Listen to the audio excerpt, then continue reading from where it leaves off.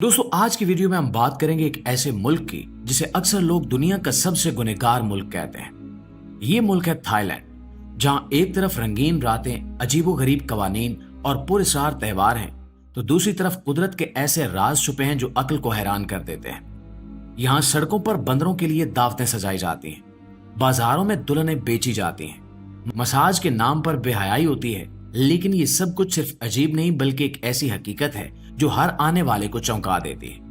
मगर सवाल ये है कि आखिर क्या वजह है कि ये सरजमीन गुनाहों और हैरतों दोनों के नाम से पहचानी जाती है। लिहाजा आइए हम आपको दिखाते हैं थाईलैंड के वो मनाजिर जिन्हें देखकर आप भी हैरान रह जाएंगे।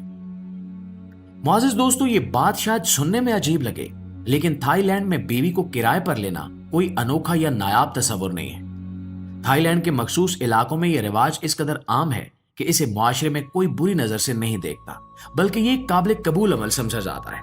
और सवाल ये भी है कि आखिर लोग ऐसा करते क्यों हैं। तो सबसे पहले हमें यह समझना होगा कि थाईलैंड में बहुत से लोग मुश्किल मुआशी हालात का सामना कर रहे हैं।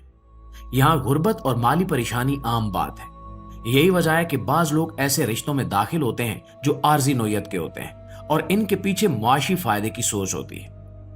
अक्सर ऐसे लोग गैर मुल्की सयाहों को अपना साथी बनाते हैं ताकि वो कुछ वक्त के लिए इनके साथ रहें और इसके बदले में इन्हें माली इमदाद मिलती रहे, और इस तरह दोनों फरीकों को फायदा होता है। सयाह को एक आर्जी बीवी मिल जाती है और थाई शहरी को माली पासपोर्ट हासिल हो जाती है।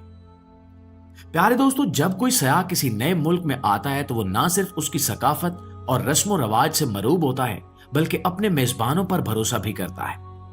थाईलैंड के मामले में भी यही सूरत हाल देखने में आती है।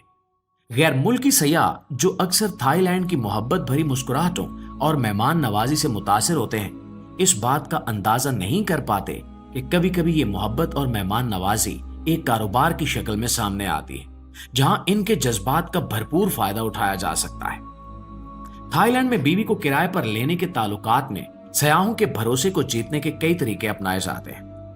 उन्हें इस बात का यकीन दिलाया जाता है कि ये ताल्लुकात हकीकी हैं और इनमें जज्बात शामिल हैं, और ये सिर्फ वक्ती नहीं बल्कि मोहब्बत और वाबस्तगी पर मबनी है। ये दिखावा इतना मजबूत होता है कि सयाह इस पर आंखें बंद करके यकीन कर लेते हैं और ताल्लुकात में अपनी तरफ से भी जज्बात शामिल कर देते हैं। लेकिन दोस्तों, हकीकत हमेशा वैसे नहीं होती जैसे नजर आती है। अक्सर इन ताल्लुकात के पीछे कुछ और मकासद छुपे होते हैं। गैर मुल्कियों के जज्बात और इनके भरोसे की फितरत को इस्तेमाल किया जाता है ताकि इनसे ज्यादा माली फायदा उठाया जा सके।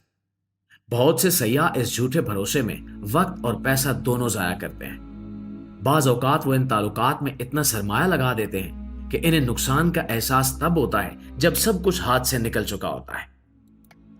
नाज़रीन गिरामी, दूसरी तरफ थाई हुकूमत की बात की जाए तो यह सयाहत से हासिल होने वाली आमदनी को बहुत अहमियत देती है और इसे मुल्क की मईशत का एक बड़ा हिस्सा समझती है।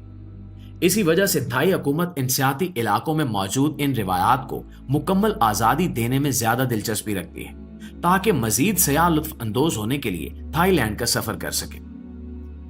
प्यारे दोस्तों, इसके अलावा इस मुल्क की एक खास पहचान इसका रिवायती मसाज है, जो न सिर्फ जिस्मानी सुकून फराहम करता है बल्कि रूहानी और जहनी आराम का जरिया भी समझा जाता है।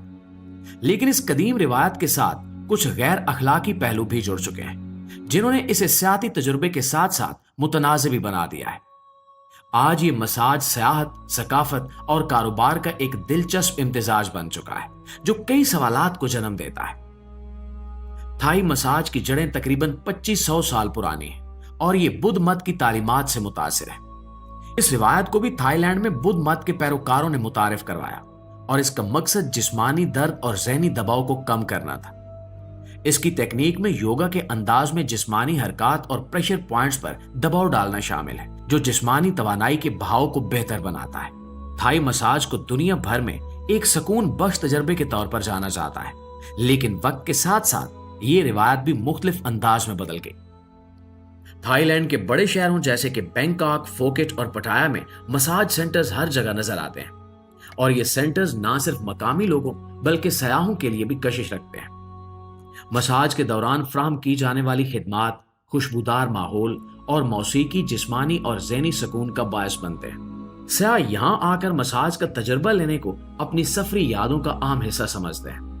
लेकिन सवाल यह है कि क्या यह तजुर्बा वाकई एक रूहानी सुकून फराहम करता है या महज कारोबारी मकसद पूरा करता है। दोस्तों, मसाज सेंटर्स में काम करने वाली लड़कियां इस इंडस्ट्री की रूह समझी जाती हैं। इनकी खूबसूरती, महारत और दोस्ताना रवैया सयाहों को अपनी तरफ मुतवज्जे करता है। ये लड़कियां ना सिर्फ मसाज की महारत रखती हैं, बल्कि अपने क्लाइंट्स को खुशगवार तजुर्बा फराहम करने में भी माहिर हैं।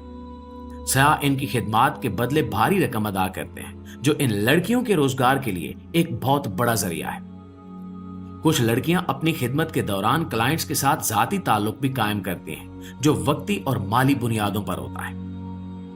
बदकिस्मती से थाई मसाज के साथ कुछ गैर अखलाकी पहलू भी मुंसलिक हो चुके हैं। मसाज के पर्दे में जिस्म फरोशी जैसी सरगर्मियां आम हो चुकी हैं, जहां कम उम्र लड़कियों को भी शामिल किया जाता है। सयाहों को जिस्मानी सुकून की आड़ में धोखा दिया जाता है और बाज औकात इन्हें गैर अखलाकी खिदमात फराहम की जाती है। ये पहलू थाई मसाज की असल रूह को मुतासिर करते हैं और इसे एक मुतनाज़ रिवायत बना देते हैं। हुकूमत ने इन मसाइल पर काबू पाने के लिए कई इकदाम किए हैं, लेकिन ये गैर कानूनी सरगर्मियां अब भी मुकम्मल तौर पर खत्म नहीं हो सकी। मुअज़्ज़िज़ दोस्तों, इसके अलावा आपको बताते चलें कि थाईलैंड में एक ऐसा त्योहार मनाया जाता है जो दुनिया के किसी और मुल्क में देखने को नहीं मिलता। इस त्योहार को बंदर बूफे फेस्टिवल कहा जाता है और ये हर साल नवंबर के महीने में मनाया जाता है। इस मौके पर पूरा शहर एक बड़ी दावत गाह में बदल जाता है। हजारों किलो फ्रूट, सब्जियां, जूस और तरह तरह की डिशेस सड़कों पर लंबी लंबी मेजों पर सजा दी जाती हैं।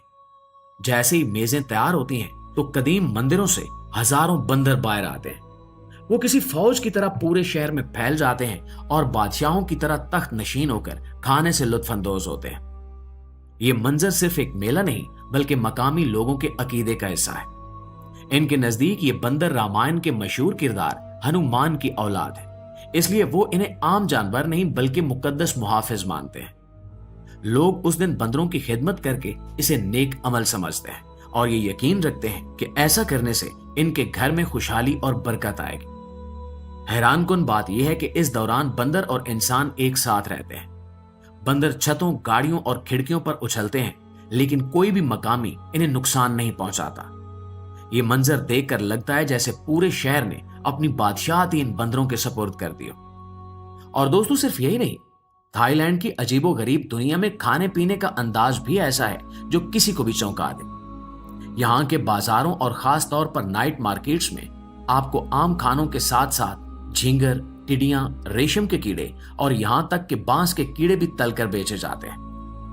दिलचस्प बात यह है कि ये सिर्फ मजबूरी या गुर्बत की वजह से नहीं खाए जाते, बल्कि ये एक महंगी डिश और पसंदीदा खुराक समझी जाती है। मकामी लोग इन्हें बड़े शौक से खरीदते हैं क्योंकि ये प्रोटीन से भरपूर होते हैं और जायके में ऐसे जैसे पॉपकॉर्न या चिकन के चिप्स हों। रिपोर्ट्स के मुताबिक सिर्फ थाईलैंड में हर साल 7,000 टन से ज्यादा कीड़े खाए जाते हैं।